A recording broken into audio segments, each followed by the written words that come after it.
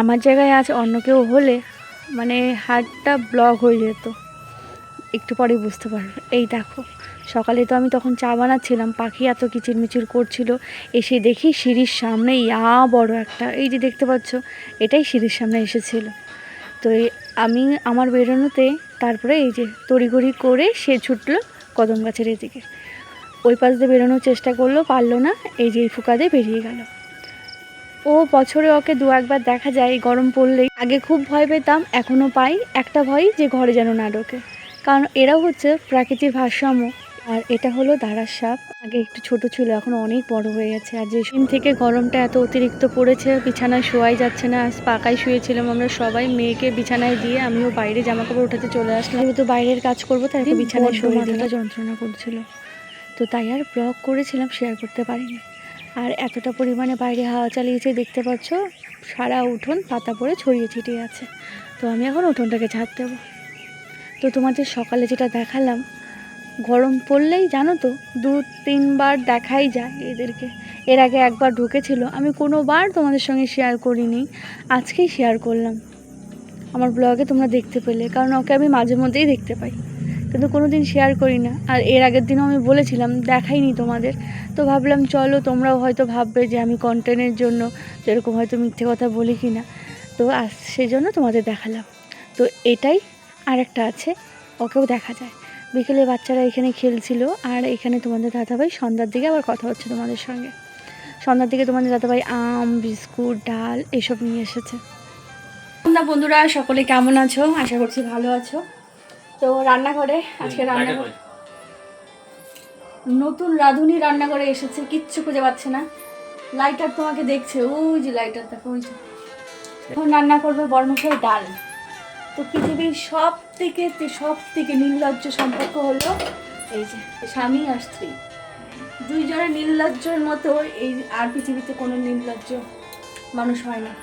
এই চুলোচুলি করবে, ডাল নিয়ে বেশিরভাগই ঝগড়া হয়।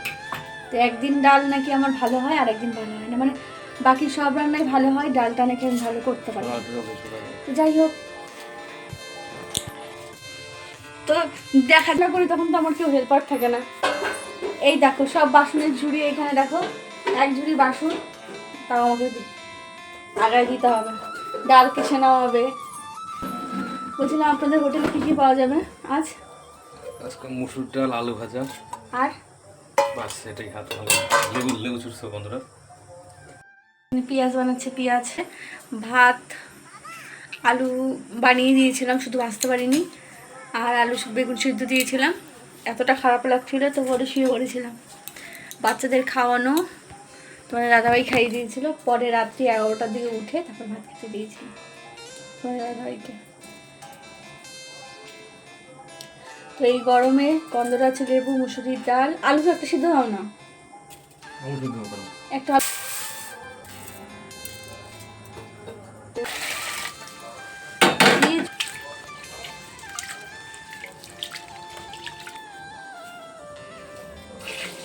এই 1.5 বছরে 3 বার রান্না করে আসলাম, বুঝছো?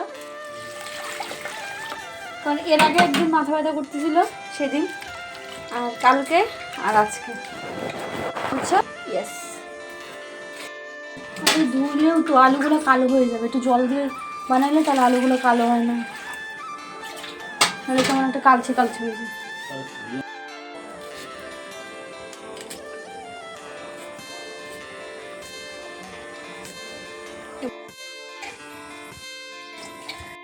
আমার ভাত হয়ে গেছে, ডাল হয়নি। কি হয়েছে, কি ঘুমাই গেল? জিরা দিলা কেন? আলু ভাজা জিরা কোথাকার রাঁধুনি? রান্না কি হলো? আমার তো ভাত হয়ে গেল কখন। যতটুক প্রয়োজন ততটুক লাগেই সরকার। কত অনেক দিন পর একটা জোনাকি দেখলাম।